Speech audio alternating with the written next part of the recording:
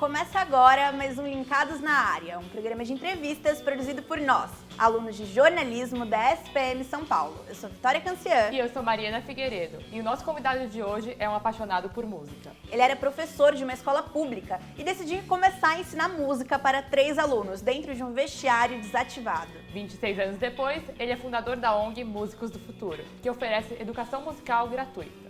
Ele é maestro por formação, já foi regente de diversas bandas e cameratas, além de ser coordenador pedagógico de uma escola superior de música. Estamos falando do maestro Edson Ferreira. Maestro, muito obrigada por aceitar nosso convite. É um prazer. E agora roda a vinheta que já tem mais maestro Edson para vocês.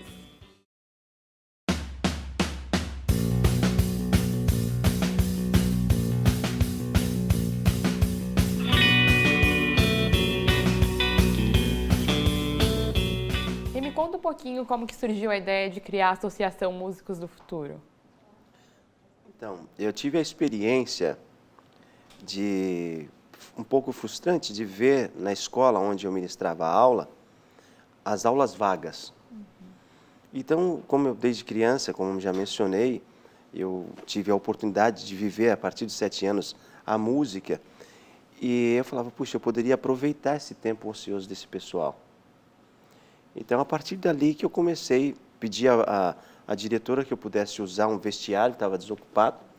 Esse vestiário era interessante, para entrar 3 tinha que sair 4, né? Porque era uma disputa com as caixas e tudo mais. E ali comecei a dar aula para eles. E não tinha ainda essa concepção de montar uma instituição, né? Eu queria apenas dar aula de forma voluntária para aqueles meninos e as meninas. E aí surgiu 3 e foi onde eu dei o start. Passado um tempo, eu estava montando uma banda. Aqui a gente chama de banda marcial, lá nos Estados Unidos. Lá fora chama de marching band, que é aquelas bandas, chamam de fanfarra, né? Mas há uma diferença entre fanfarra e banda. E aí eu comecei a fazer esse trabalho. E passou um tempo, apareceu um político lá, um vereador da cidade, e falou, eu tenho um lugar para você levar essa garotada que está fazendo na quadra. E aí eu fui para um espaço. E ali começou então a procurar, os meninos passavam e começou de 3, virou 10, virou 20, daqui a pouco estava dando aula para 60, já era uma banda grande. E um certo dia chegou um rapaz que ele era gerente de banco e ele queria aprender tuba. Engraçado, aparecem alguns anjos, depois é como fumaça, né? Eles aparecem na vida da gente, dá um start. Eu nem sei onde está esse moço. E aí ele começou a estudar aula de tuba e falou, mas por que você não cria uma ONG, oficializa isso? Já fazia um tempo que eu já estava com o projeto. Então, a partir dali eu falei, tá, e o nome? E falei para os alunos, alguém tem alguma ideia de um nome? Aí teve um menino que era trombonista, e hoje ele deixou o instrumento, se tornou pastor de jovens, e ele falou, Músicos do Futuro. Alguém contra? Não. Músicos do Futuro. Surgiu a ONG por um aluno, que naquela ocasião tinha 10 anos.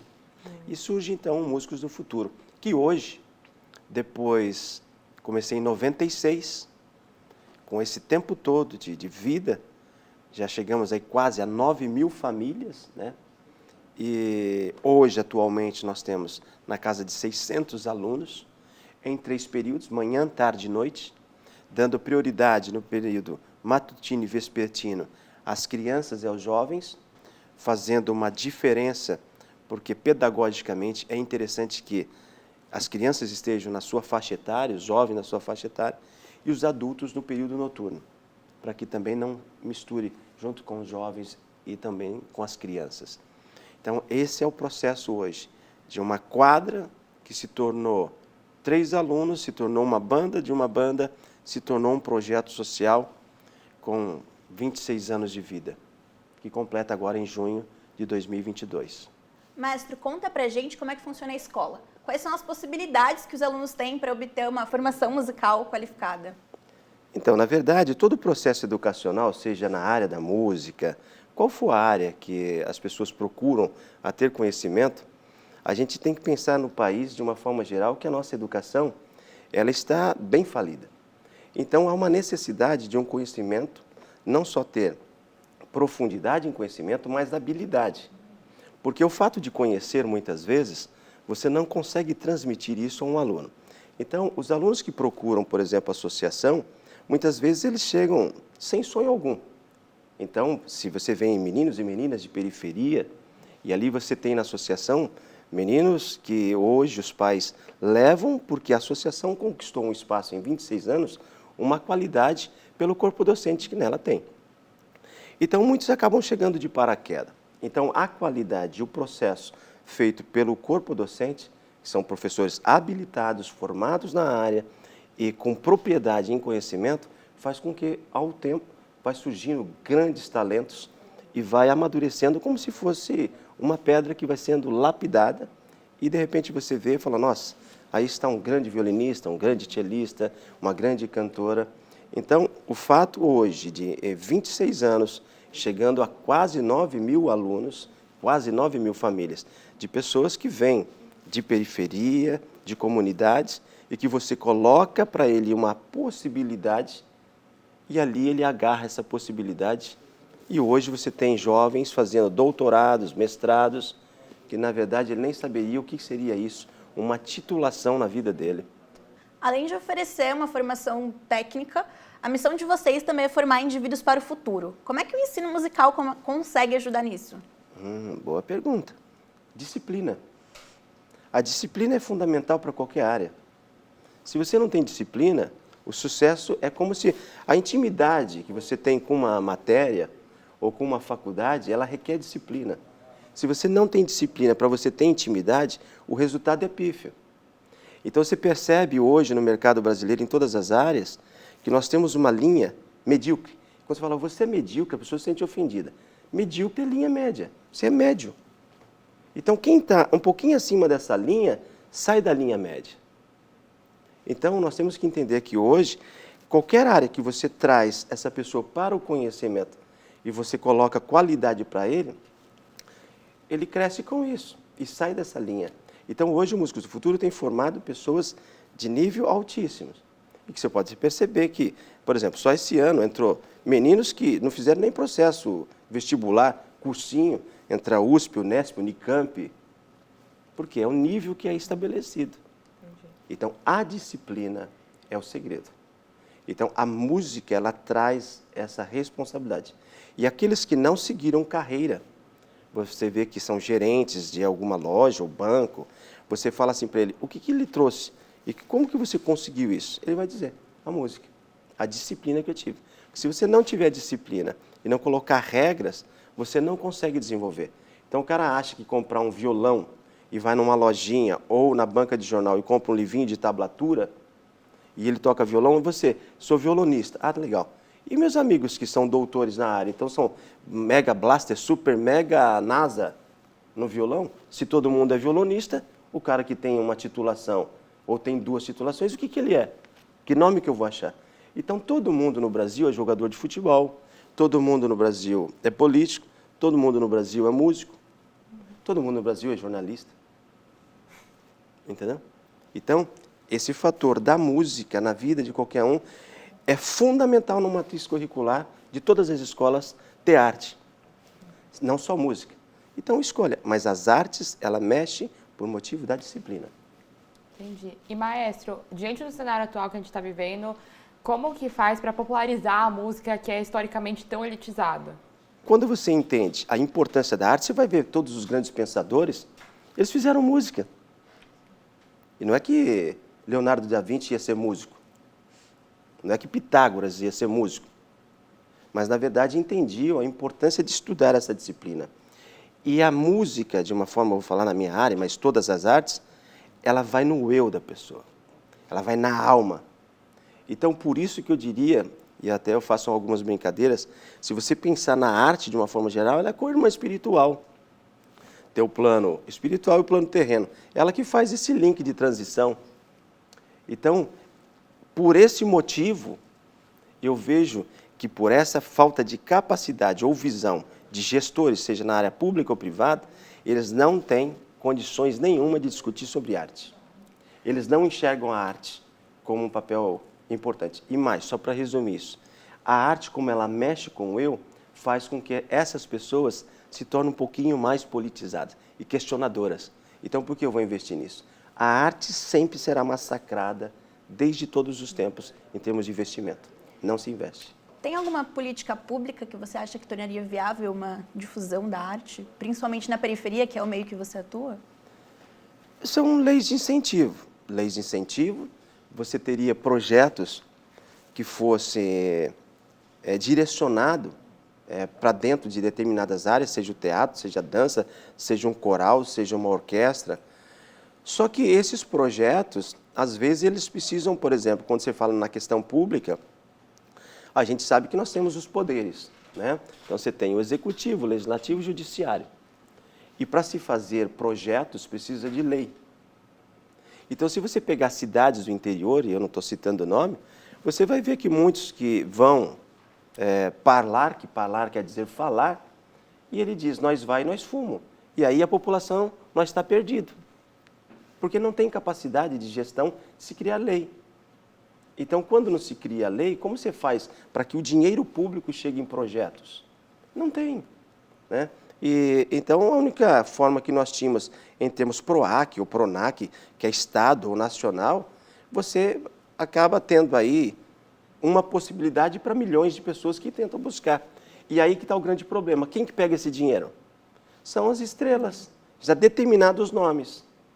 É aqueles que estão já, né, estampados, né, como uma estrela d'alva. Os projetos pequenos, eles não têm condições para isso. Nesses 26 anos dedicados à música, você já pensou em desistir em algum momento? O que te motiva a continuar? Sorriso. Eu conversando hoje com o menino, que ele veio do México, o Jorge, e quando ele chegou aqui, ele precisava do meu sorriso para ele. Largou família, largou tudo, em sonhos de fazer uma faculdade, estudar com um determinado professor o violoncelo dele. E hoje, pela manhã, eu bati um papo com ele numa feira, aqui próximo, né, no Jardim São Paulo, logo ali. E nós sentamos para comer um pastel na feira, é ali que eu encontrei para fazer uma reunião com ele. Era viável para mim e para ele. E ele disse, oportunidade. Então, terminou a faculdade, eu consegui encaixar ele agora numa atividade. E é isso, sorriso, de falar assim, estou feliz. Como a Roberta Regina, que defende o doutorado, ela está com 28 anos, 2 mestrados, bacharelado, 2 mestrados, e o último dela, mestrado em performance, e agora, já no 2º ano de doutorado. São pessoas que vieram da ONG ou que você ajudou a encontrar esse caminho? São pessoas que vêm da periferia de Taboão da Serra. E você fala assim, você fez algum cursinho? Necas. Mas mastiga. Ela não chegou nem a 30 anos. 2 mestrados e o doutorado. Foi para Ohio, agora acho que ela está em Mississippi. São pessoas que você dá uma oportunidade, ela gruda como se grudasse no chifre do touro e só solta quando derruba ele. E além de uma vida dedicada à música, você também tem um projeto chamado Amigos do Lar. Como que ele surgiu? Esse projeto Amigos do Lar foi uma ocasião que eu ganhei um sofá lá para a ONG, porque na ONG é o seguinte, as pessoas que vai trocar os talheres em casa, eles lembram da ONG. Aí o talher está ali já queimado, tudo doa para a gente, não tem problema, está aqui. Então a ONG é tudo doado. Aí você quer um sofá? Eu quero. E nós estávamos passando com esse sofá no pátio onde tinham as mães sentadas. E uma mãe falou, maestro, o que você vai fazer com esse sofá? Eu falei, eu que faço a pergunta, o que você quer com esse sofá? Eu estou precisando de um sofá. Eu falei, então é seu. E era o sofá que eu ia colocar numa sala. É seu. Aí, um outro dia, a pessoa falou, eu tenho uma mesa. Eu falei, eu quero. Mas você vai fazer?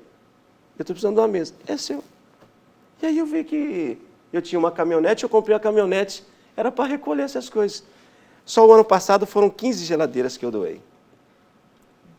E aí a loucura toda que é, né? E a gente, como tem essa visão, que é uma questão de amar pessoas, então eu mudei o meu foco, eu fazia música para mim, e o maestro ele é egoísta, né? E todo mundo acha que o maestro é um cara egocêntrico, e é. Então está aqui, ele é um gestor, né? Então ele tem ali 50 músicos, e você está administrando aqueles músicos. Então você tem que ter essa visão do que você quer, porque você precisa de um resultado. Então você está ali, você precisa do resultado. Então, mas depois ali do concerto tem o cafezinho. Aí você sai da casinha, né, e muda a chave. Então aí você passa a ser não mais aquele profissional que precisa do estético musical, do estético visual, você precisa daquela cobrança da perfeição. E aí a gente termina essa ideia, né, e passa a ser então o Edson, não o maestro Edson, né? E então, o fato de você criar esses projetos e você falar assim, o que você está fazendo? Você é maestro? Eu não sei. O que me move a isso? São pessoas. São pessoas. O que eu fiz? Eu era profissional, eu não imaginava que na década de 90 eu pudesse ser profissional da música. E eu fui fazer advocacia. Mas só que eu ficava batucando na mesa, eu ficava escrevendo, e eu não cheguei a concluir o TCC. Porque eu falei, senão eu vou pular dessa janela aqui. Mas para mim foi o suficiente ter vivido 3 anos de faculdade de Direito, que foi maravilhoso. Acho que todos poderiam conhecer um pouco da jurisdição do país, mas principalmente Direito Constitucional, que eu amava. Estava ótimo. Então, mas sempre pensando naquela arte, sempre pensando. E quando eu entrei na escola para dar aula de língua portuguesa, eu via 90% dos alunos naquele período em aula vaga. Eu falei assim, eu queria dar aula de música para esses caras. E comecei. Ficavam todo o tempo na aula vaga e comecei a dar aula de música para eles. E os 3 primeiros alunos que eu peguei nesse vestiário que você citou logo no começo do programa, são profissionais e de grandes orquestras no Brasil. Então, é uma coisa que eu sempre digo dentro do meu conceito espiritual. Deus me usou para aquele momento tirar aquelas pessoas daquela condição e falar, olha como vem a oportunidade. E o cara, hoje, um deles é trompetista da Orquestra de Manaus, o outro é trompista na Orquestra do Rio de Janeiro, a USB. Então você fala, o que era isso? Oportunidade. Então vocês são jovens que estão vivendo esse momento. Eu acredito que agora, abraçar as oportunidades e sair dessa linha, desculpa a expressão, não é uma forma de eu dizer que é uma ofensa, sair da mediocridade. Tem que ser tops. Sim. O país precisa dos tops, porque nós estamos acostumados, desde todos os tempos, a serem medíocres, né? Você tem exemplos concretos, até citou aí alguns pra gente, de pessoas que conseguiram transformar a vida através da música. Mas e com você, maestro? Como é que a música surgiu na sua vida? Justamente pela falta de oportunidades. E eu vim de uma família muito simples. E eu achava que eu era uma criança depressiva. Porque eu ficava sentadinho, fui morar com a minha avó no interior, né? Sou de Taboão da Serra, nascido em Taboão. E, na verdade, não tinha maternidade, eu fui nascer na Frei Caneca. Todos nós íamos, os bebês nasciam na Frei Caneca. E depois eu fui morar um tempo com a minha avó no interior. E tinha uma banda que ensaiava 2 quarteirões. E eu ficava sentado ali todos os dias, a partir das 5 horas, ficava sentado ali, encostado naquela árvore, ouvindo. E o meu pai foi músico do período da Jovem Guarda. Mas ele morreu muito cedo. O músico popular, ele se perde um pouco, né? E ele se perdeu com a noite.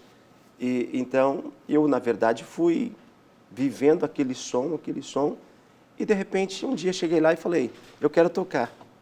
Aí o maestro que estava lá falou, mas você já estuda música? Eu falei, não, mas eu sei essas músicas que você toca. E aí, de uma forma percutiva, eu já sabia as marchas que eles faziam. Eu cheguei na caixa e comecei a tocar. Gente, o Edson, além de fundar o Músicos Futuro, luta diariamente para mantê-la viva, mesmo em meio a tantos desafios. A ONG já foi até invadida e furtada mais de uma vez. Como é que vocês se recuperam dessas situações? A esperança. Onde há fé, esperança. Se não tiver visão de gestão e não for atrás de formação e conteúdos para que você possa entender o ramo que você está, ter habilidade, propriedade e ter uma visão de gestão, o sucesso já começa ali declinando e vai embora. Então, hoje nós temos que reinventar cada dia uma forma de manter a associação viva e em pé. Latinhas, óleo, que as pessoas jogavam antes no vaso sanitário, pega-se tudo. Acabei de fazer uma feijoada lá, 400, 500 quilos de feijoada, que a gente vende e faz um drive, as pessoas vão encostando e vão levando feijoada, e é assim. Projetos como Músicos do Futuro precisam de ajuda para continuar impactando vidas. Como as pessoas que estão nos assistindo podem contribuir com o projeto? Olha, o nome é fácil de gravar, Músicos do Futuro. Colocou Músicos do Futuro, O Google ele já faz isso, porque as pessoas acessam fácil. Então você acha, tem formas diversas de nos ajudar, de adotar uma criança. Nós temos lá em média 230 crianças de 7 anos que fazem formação musical e temos crianças de 77 anos. Nós vamos envelhecendo, a gente vai ficando criança. Tá? 7 aos 77. Maestro, infelizmente o nosso tempo acabou. Muito obrigada pela sua presença. Foi um prazer te receber aqui. Estou à disposição sempre. Parabéns pelo seu trabalho e pela sua trajetória. Foi incrível ter você aqui hoje e muito sucesso. Para todos nós. Nós queremos agradecer também a toda a equipe do Linkados na Área e a nossa orientadora, Eide Vargas. Até a próxima edição!